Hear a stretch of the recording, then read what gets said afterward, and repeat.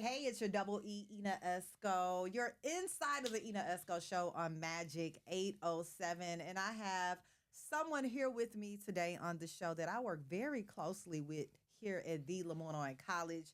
He is the marketing guru, shall I say. I'm talking about the chief around here in OIA. What is OIA? The Office of Institutional Advancement, the Jerry Redmond. How are you, Jerry? Hey, excited to be here with you. And you're listening to Magic 807. I know that's right because you do know he's working on a show for Magic 807 Radio and a podcast geared toward our alumni here at the Yes. Lamont College.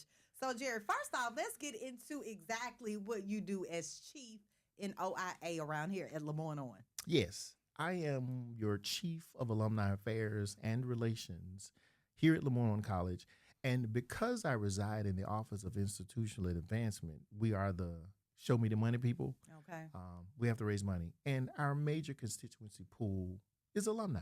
We're the ones who purely should have a heart to give back to their alma mater. And that plays a major role when we make appeals to corporations and other external entities to support us. They want to know that we have a strong alumni base that support us. So that's why you have traditionally a director of alumni affairs, but I assume the role of chief of alumni affairs and relations because of my years of experience. Former national alumni president myself, chartered several chapters, been working with alumni doing this passion work for the past 12, 15 years of my life. And you're an HBCU alum. I am. I'm a graduate of Mississippi Valley State University. Okay, Valley. It's a little small place called Ena, Mississippi. I love Ena, Mississippi. Yeah, in Memphis, there's a restaurant upstairs in BB King called Ena. So if you've been there, you've been to Ena. I heard you mention passion. This is hard work for you, right? This is hard work. This is hard work because I would not be who I am. And those of you that know me know that I'm the principal of Redmond Design Service, which is a full-service design and marketing firm. I've had years of experience. I'm a retired college professor. I finished from Southwest Tennessee Community College as a coordinator and assistant professor of graphic arts technology. So I've been tied to education for years, and the industry of marketing and communications has been near and dear to me as an artist, showing young professionals how to pursue a career in communications and marketing. So that's what the education piece. But I developed this whole commitment to my HBCUs to help with fundraising and marketing and brand awareness, recruitment and retention, and didn't realize that there was a whole, gap in a segment that, we really needed. And who at the core of it? Alumni. Definitely. Those are the individuals that are responsible for helping to recruit, to helping to retain students, and to help us fund and sustain our institutions. So that was the reason for me focusing in the area of alumni. And that's what I've been doing for the past 8 to 10 years. And it's been phenomenal. I've been in the industry myself for over 25 years. So it's been nerve-shattering to see how long I've been here. And I used to be an adjunct professor here at Lamont in the Fine Arts and Humanities Division. I established the Graphic Arts Lab that instructor Rod Thompson is manning now. I worked with Phil Dotson back in the day when we had a need for graphic design. He was here when I was a student. To come into the fold. And I've hired some of my students. I've been fortunate enough to play a role in the career development of a lot of graphic designers in the industry throughout the nation, and it's just been a great thing. Yes, we definitely have a treasure with you here at the helm of all our marketing communication needs, Jerry. And let's sit with the industry for a second because so much has changed in the world of marketing with communications, and I'm really honing in on the digital landscape. What are you seeing in this industry that has changed and that could help HBCUs such as LOC in that digital space? Being able to integrate AI into what you do. I mean, it is here, guys. And, Canva was the devil to me for a long time. I love Canva. That was because, it's template based and you can drop in and I don't need to hire a graphic designer anymore. But there's some skill sets and there's some industry knowledge that you got to have to make this be a return on your investment. So graphic designers having a solid foundation in the industry, knowing all the industry standard software is still necessary. When AI comes into play, it's an enhancement tool. It's to help you with research. Operative word. It is not the initiator. It is purely your concept. You have to feed it. Yeah, because now what stops someone else from being able to give the same prompt you gave to get the same thing that you produced?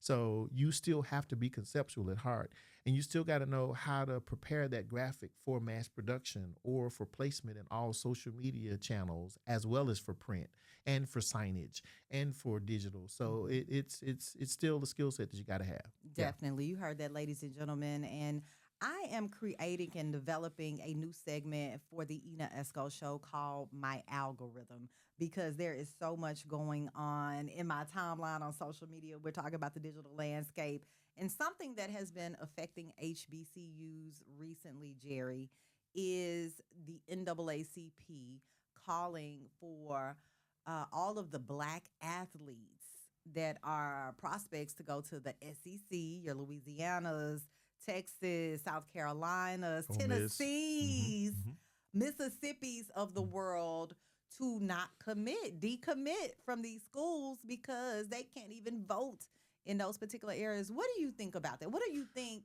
Is that a big ask of these students, or do you think someone has to make the sacrifice and it should be them? Or how do you feel? It's a combined effort. Me and my wife are having a discussion about it.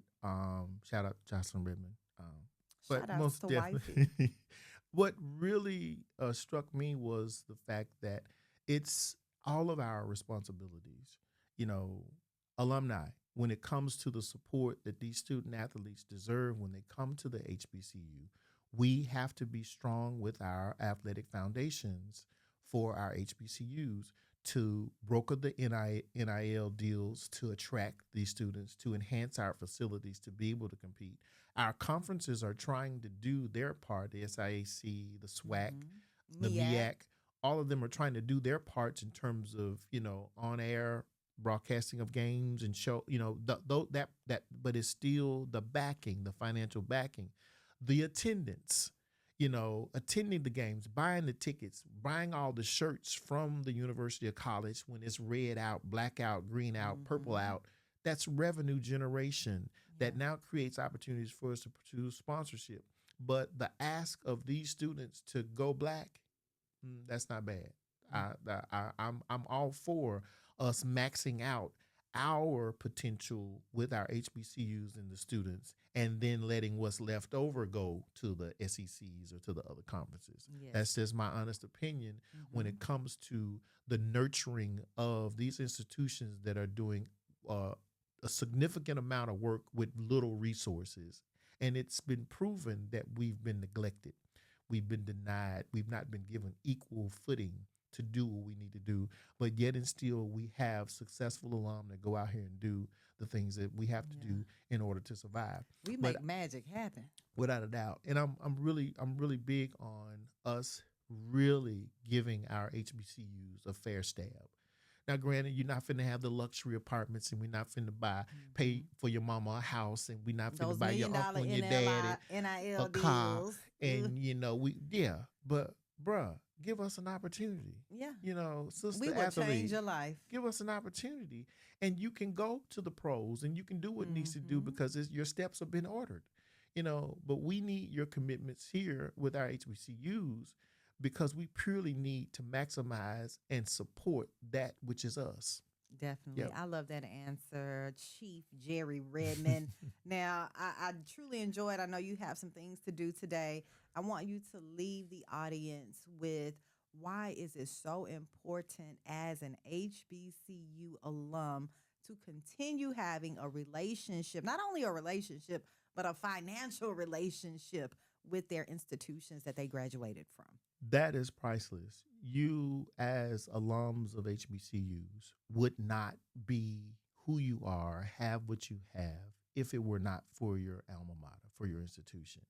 So those that say, well, when I was there, I had a problem my last year and I barely got out and it was tough on me and I had to stand in this line, they held my degree and I'm upset with the college. I'm not doing anything. Well, if that reigns true and you've acquired achieved your positions in life, gotten your jobs, did you consider not putting the college on your resume on that line? Oh, I know it was on that Did you resume. did you consider, since it was just so horrible to you, that degree that you earned and that you got, putting it on that resume allowed you to have the credentials to get what you got, to have what you have, and why not have a commitment to the college to make the next student that comes behind you not have to suffer the way that you did? So it's very important, alumni that are under the sound of my voice, understand that your having left the college means that you are now responsible for the college. You have to find a way to engage with the college, whether it's coming back to your department, to your academic area, mentoring students, whether that is coming to volunteer at events and activities to support them so that we don't have to spend so much money on outside resources when we have alums that can come back and help carry. And yes, incorporate the college into your estate or into your plan giving or into just a consistent gift that you decide to give every year. We spend so much money on fast food, on, our desires, the stuff that we like. But have we thought about just a consistent drop of $18.23 every month? Just unconscionably, just giving that to the college for the rest of your life. That would make you a consistent, eternal giver to the college. And it's very convenient for you to do that. You can go to www.loc.edu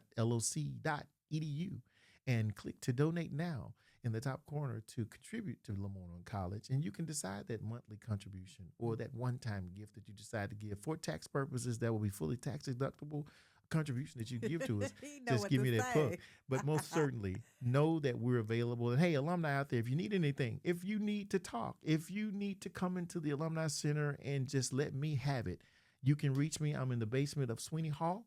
Yes. We have a very lavish alumni center for you to come by and participate and have events and, check email and do Zoom calls or whatever it is that you like to do. We have a space for you. We've got some parking for you. So please reach out to me, Jerry_Redmond at loc.edu, or you can call me directly at 901-435-1527. I love it. Thank you so much for joining me today, Chief Redmond. I can't wait for your new radio show. Yeah. It is called Alumni Magic. Yes. And Dr. Davis, please don't sue me for copyright infringement, but that magic stands for making alumni greatness institutional and cultural. Okay. Most definitely excited about the season. And the podcast. The podcast. The show will drive you to our topics and subjects, a little bit more meat to it for the podcast. I'm learning all this from the one and only Double E. She's my coach. He has it down pat, ladies and gentlemen. She has it down. So yes, be certain to tune in.